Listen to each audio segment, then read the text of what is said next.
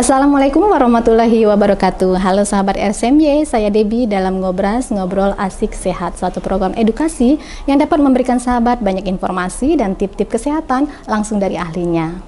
Ngobras episode kali ini kita akan ngobrol tentang batu empedu. Dalam dunia medis dikenal dengan istilah kolelithiasis. Ada banyak gejala bila kita telah mengalami batu empedu. Salah satunya adalah sakit perut mendadak yang kita rasakan akibat terbentuknya batu di dalam kantung empedu. Sebenarnya sakit perut seperti apa sih yang menandakan bahwa kita sudah terkena batu empedu? Apa saja gejala lainnya? Apa penyebabnya dan bagaimana penanganannya? Sabar ya, nanti kita tanyakan langsung kepada narasumber kita, salah seorang spesialis bedah digestif yaitu Dr. Pasihulizan SPB KBD, konsultan bedah digestif. Sebelumnya nih, boleh dong yang belum subscribe YouTube PKRS untuk segera subscribe YouTube PKRS. Jangan lupa untuk like, komen, dan share. Nyalakan notifikasinya agar Anda tidak ketinggalan setiap informasi kesehatan yang kami bagikan. Nah, sahabat Ngobras, saat ini sudah hadir narasumber kita, Dr. Pasihulizan SPB KBD, konsultan bedah digestif. Kita sapa saja. Halo dokter, halo. Apa kabarnya dok? Alhamdulillah baik. Alhamdulillah baik. Ini dokter benar-benar menyempatkan diri untuk hadir di sini ya dok ya, setelah melayani pasien yang begitu banyaknya. Banyak pasien hari ini dok? Ada pasiennya. Masih banyak. Untuk kasus yang tertinggi saat ini kasus batu empedu salah satunya ya dok ya? Salah satunya batu empedu. Batu empedu. Di lain itu ada ganasan pada kolon. Oke, keganasan pada kolon nanti suatu saat akan kita angkat juga untuk topik ya dok ya. Untuk hari ini kita akan berbicara tentang batu empedunya. Mungkin bisa dokter jelaskan batu empedu itu penyakit yang seperti apa dok?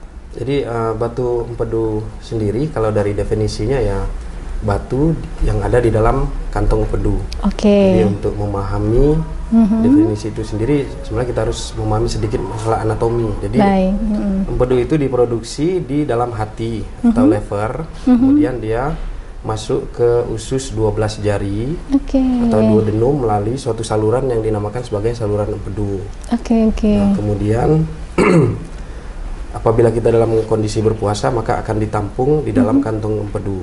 Nah, batu kantong empedu ya berarti batu di dalam kantong empedu tersebut. Iya.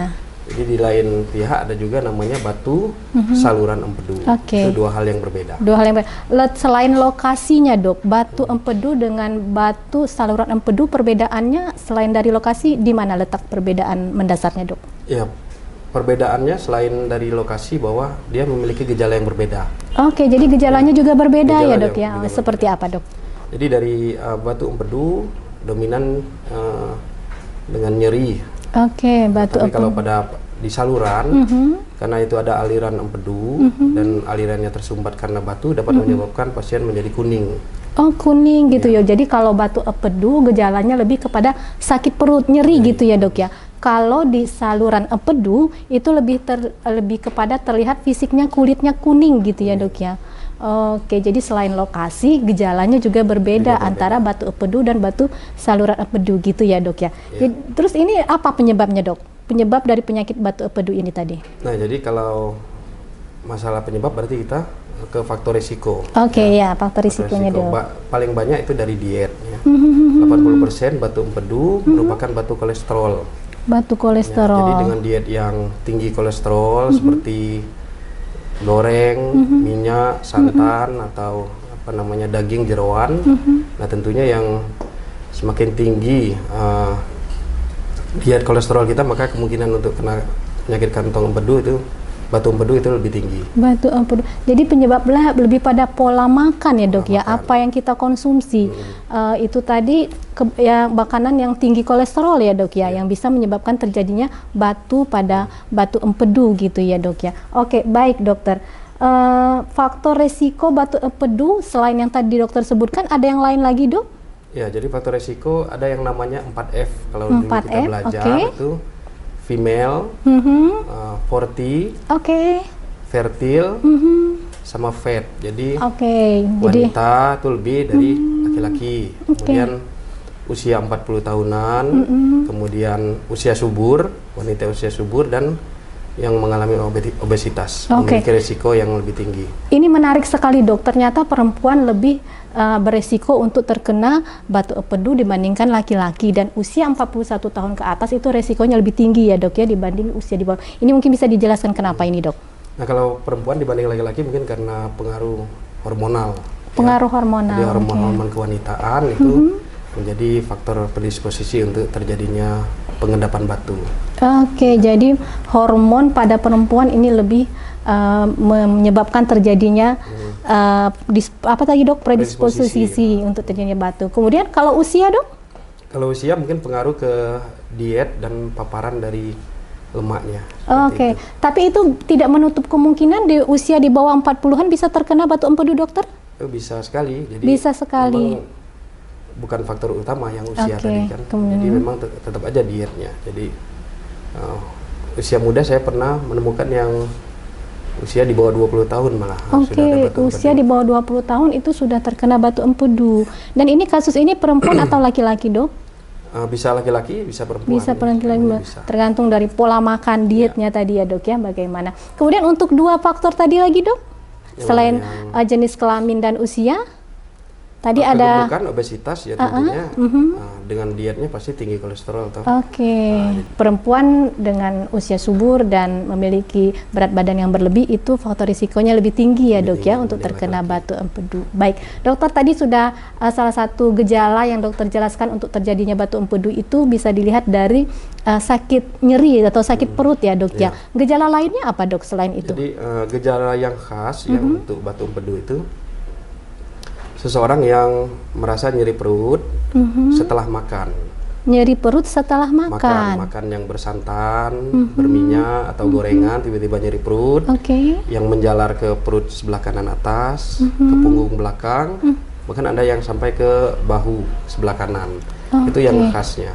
Itu khasnya gejala dari batu empedu. Itu biasanya dok terjadi sesekali atau setelah beberapa kali dok baru bisa dinyatakan bahwa itu gejala dari batu empedu dok?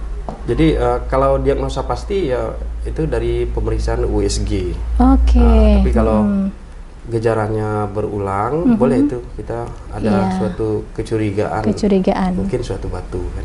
Kadang-kadang pasiennya juga gejala yang tidak jelas, misalnya mirip seperti pasien penyakit MAH, sakit ulu hati sebelum atau setelah makan atau pada malam hari.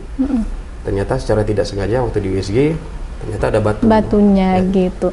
Jadi buat sahabat RSMY di rumah, bila sering mengalami gejala sakit perut terutama setelah makan ya dok ya, ini merupakan suatu hal yang patut dicurigai untuk segera mendatangi layanan kesehatan untuk dilakukan pemeriksaan USG tadi ya dok ya. Paling sederhana kita pakai USG. Paling sederhana adalah USG untuk melihat apakah ada batu atau tidak ya dok. Selain USG dok, yang lebih lainnya apa dok? Ya, diagnosa yang lebih baik dari itu ya, sebenarnya penyaring pertama itu USG. Penyaring pertamanya USG.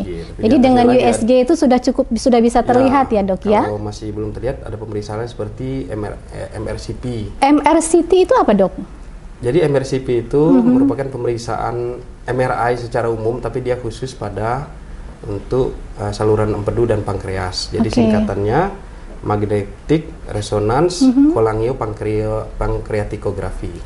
Agak sulit itu penyebutannya ya dok ya. Untuk yang tidak biasa mungkin agak sulit penyebutannya. Itu bisa melihat batu secara lebih spesifik dibandingkan USG itu ya dok ya? Ya, jadi benar-benar jelas presisi batunya tersebut. Presisi batunya. Oke dokter. Dan semua itu alatnya sudah ada di kita ya dok ya? Nah untuk USG sudah berjalan lancar, tapi untuk MRI itu masih dalam perbaikan.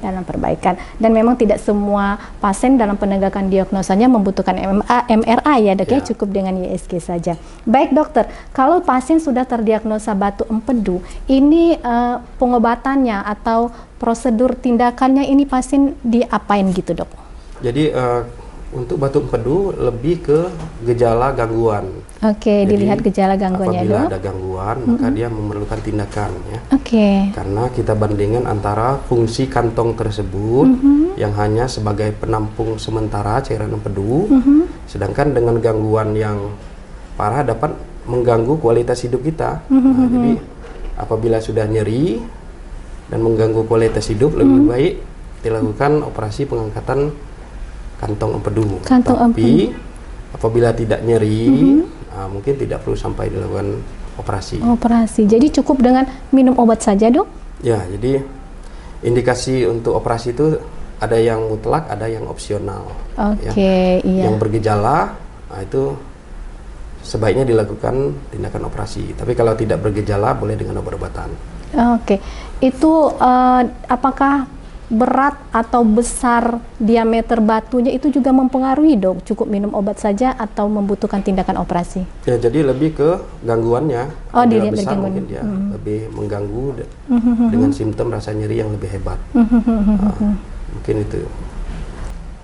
Tadi dokter bicara tentang bisa pengobatan saja, bisa melakukan operasi ya, Dok ya, tergantung dengan gejala yang terlihat pada pasien tersebut. Itu operasinya istilahnya apa itu, Dok? Gimana operasinya, Dok? Jadi alhamdulillah di Bengkulu sudah melakukan operasi dengan luka kecil.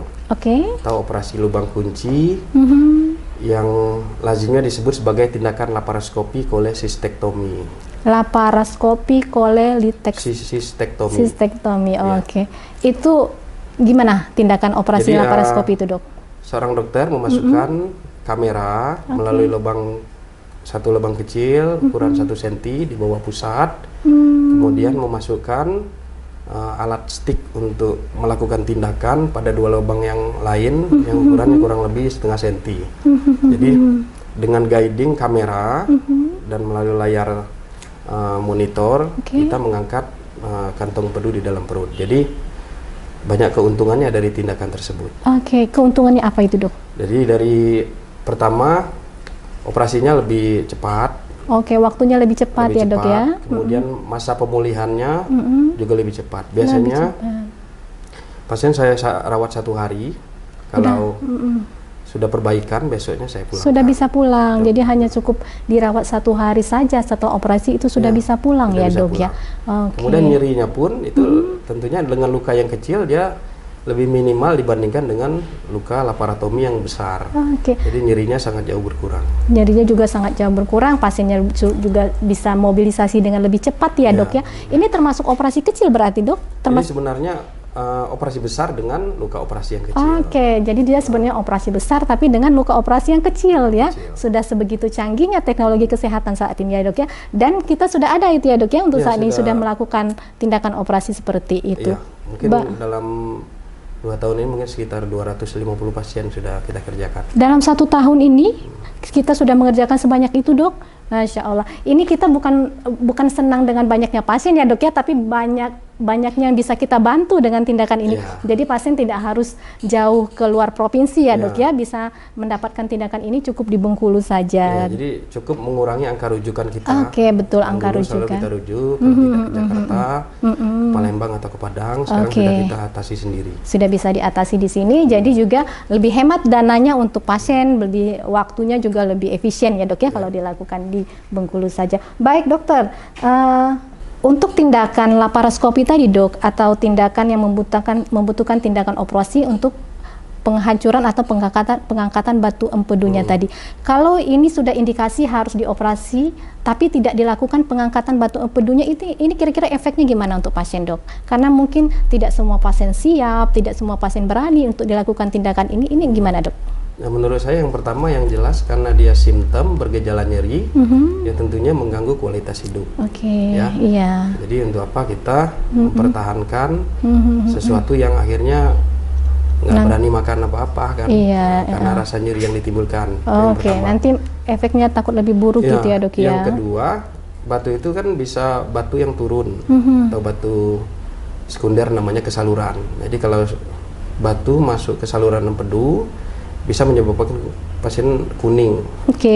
Itu tadi batu saluran empedu gitu ya, Dok ya. Jadi dia menyumbat saluran, akhirnya menimbulkan efek samping yang lebih banyak. Efek samping. Berarti kalau sudah terindikasi harus diangkat, harus dilaparoskopi, ini harus dilakukan ya, Dok ya. Berarti bagaimana dokter dan tim memberikan edukasi kepada pasien dan keluarga ya, Dok ya, agar berani dan bersedia untuk menerima tindakan ini gitu ya, Dok ya. Baik, Dokter, apakah batu empedu ini setelah dilakukan tindakan dan pengobatan bisa berulang, Dok? Bisa kambuh lagi?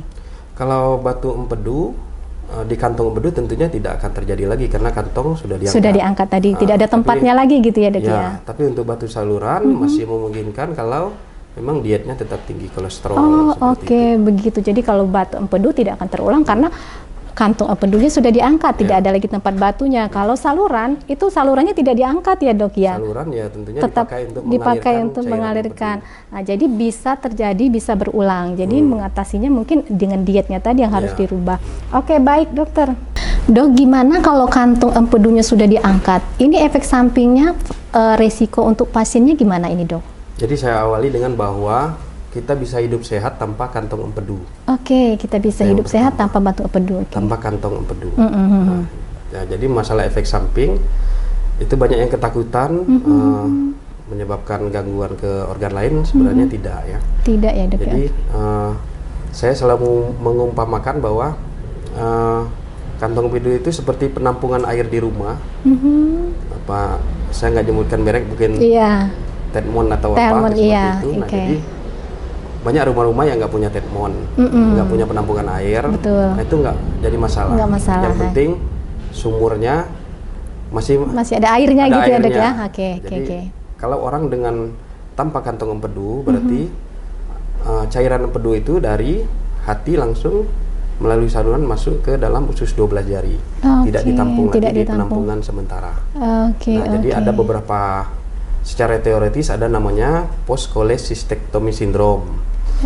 Apa itu dok? Kumpulan gejala pada orang yang setelah diangkat kantong empedu, dia merasa enak kalau makan lemak yang banyak. Tapi dari pengalaman saya tidak sampai dari 20% yang mengalami gejala tersebut. Tidak banyak ya dok ya mengalami gejala tersebut. Berarti nih sahabat RSMY, jangan takut bila kantong empedu sudah diangkat. Itu tidak memberikan efek samping atau risiko yang tinggi kepada pasien ya dok ya. Tadi dokter menggambarkan seperti Tedmon atau tabung air di rumah. Jadi tetap bisa beraktivitas seperti biasa ya dok ya. Atau mobilitasnya harus dikurangi dok untuk yang sudah diangkat batu empedunya? Itu berpengaruh pada awal-awal operasi saja. Awal-awal operasi saja. Luka operasi. Tapi kalau sudah sehat bisa beraktivitas seperti biasa. Berarti ini aman dan benar-benar hampir tidak ada resiko ya dok ya untuk pasien. Jadi sahabat RSMY yang sudah terindikasi untuk diangkat batu empedunya jangan takut, ini tidak akan menimbulkan resiko fatal lainnya gitu ya dok ya setelah melakukan laparoskopi tadi. Baik dokter, ini kita untuk mengedukasi masyarakat pencegahan atau apa pesan dari dokter ini supaya masyarakat kita banyak yang bisa terhindar dari terkena penyakit batu empedu ini dok? Ya, pesan untuk masyarakat untuk mencegah batu empedu tentunya diet yang seimbang dan mengulangi diet yang tinggi kolesterol seperti makanan berlemak, jeroan, kemudian banyak makan berminyak dan lebih banyak untuk mengkonsumsi buah-buahan maupun sayur-sayuran seperti itu. Baik dokter, terima kasih banyak. Ini kita sudah bicara banyak, ngobrol banyak tentang batu empedu dan saya rasa ini sangat bermanfaat untuk sahabat ngobras di rumah. Terima kasih dokter atas waktunya. Lain kali kami akan undang kembali untuk topik-topik yang menarik lainnya dok ya. Terima kasih dokter Fasihulizan. Sahabat ngobras, tadi sudah kita dengarkan dari Dr. Fasihulizan SPKBD, konsultan bedah digestif, bahwa pola makan dan gaya hidup harus benar-benar diperhatikan agar kita bisa tercegah dari terjadinya batu empedu. Dan bila ada anggota keluarga kita yang sudah terkena batu empedu, jangan takut untuk dilakukan tindakan operasi bila memang sudah terindikasi untuk dilakukan tindakan operasi. Ternyata operasi pengangkatan kantong empedu itu tidak menimbulkan efek yang beresiko tinggi kepada kita, dan setelah melakukan operasi tersebut kita tetap bisa melakukan tindakan sehari-hari seperti biasanya. Terima kasih sahabat sudah menyaksikan Ngobras. Nantikan kami di episode-episode selanjutnya yang tentu saja dengan topik yang menarik lainnya. Terima kasih. Tetap semangat, jaga kesehatan. Sampai jumpa. Salam sehat.